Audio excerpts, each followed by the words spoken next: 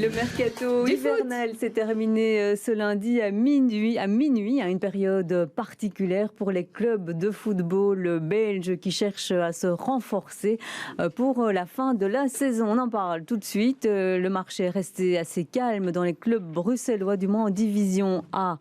On fait le point avec vous, Grégory Yenko. Bonjour. Bonjour Muriel. Et on va commencer avec l'Union Saint-Gilloise qui n'avait qu'un objectif, garder ses joueurs. Bonjour Grégory. Bonjour Fanny. Ben oui, l'Union qui est toujours en tête du championnat, on vous le rappelle, 9 points d'avance sur le FC Bruges à 5 matchs de la fin de la phase classique. Donc quoi de mieux que de continuer à rêver avec un groupe solidaire, hein. On le rappelle, les joueurs de l'Union avaient fait un pacte entre eux, donc on reste ensemble jusqu'à la fin de la saison, quoi qu'il arrive. Donc finalement, seuls 2 joueurs sont partis, mais ce n'étaient pas des cadres, ce n'était pas très grave.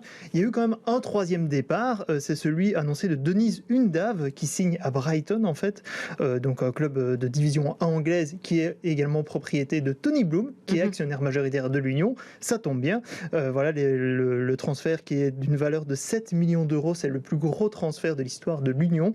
Mais Denis Undav va quand même rester à l'Union jusqu'à la fin de saison.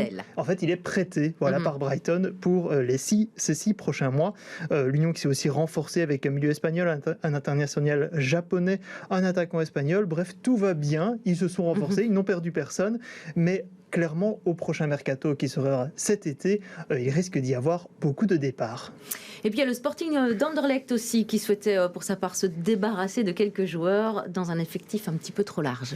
Voilà, ça c'est toujours le problème d'Anderlecht. Vincent Kompany l'avait déjà dit en début de saison, il y a plus de 30 joueurs dans l'effectif, ce qui est un peu de trop même pour un club de division 1 belge. Et donc du coup, il n'y a eu aucun renfort cet hiver. En fait, c'est une première depuis 19 ans à Anderlecht. Personne n'est arrivé. Par contre, il y a eu des départs, donc c'était le seul objectif, trouver une solution, notamment pour 2 cadres, Adrien Trebel et Zakaria Bakali, qui sont quand même deux anciens leaders du RSCA, mais qui coûtent trop cher et qui n'ont plus d'avenir tout simplement au sein du club. Finalement, seul Adrien Trebel est parti hier en fin d'après-midi au FC Lausanne Sport, qui est avant-dernier de la division 1 suisse. Là, c'est un prêt sans option d'achat jusqu'en fin de saison. Finalement, Trebel va quand même revenir du coup en fin de saison et là ils espèrent retrouver une autre solution pour lui. Allez, très vite, on parle du RWDM qui ambitionne de monter en division 1A et qui a fait venir de grands noms. De très grands noms, hein. On a eu la surprise de la dernière journée hier, c'était Kylian Hazard, donc le petit frère d'Eden Etorgan, qui est prêté pour 6 mois par le Cercle de Bruges, donc un médian offensif qui peut aider le RWDM dans sa course au titre. Et on vient de l'apprendre justement pendant ce midi 30, ils annoncent l'arrivée d'Obi Oularé, un ancien attaquant du Standard qui a aussi été Diable Rouge.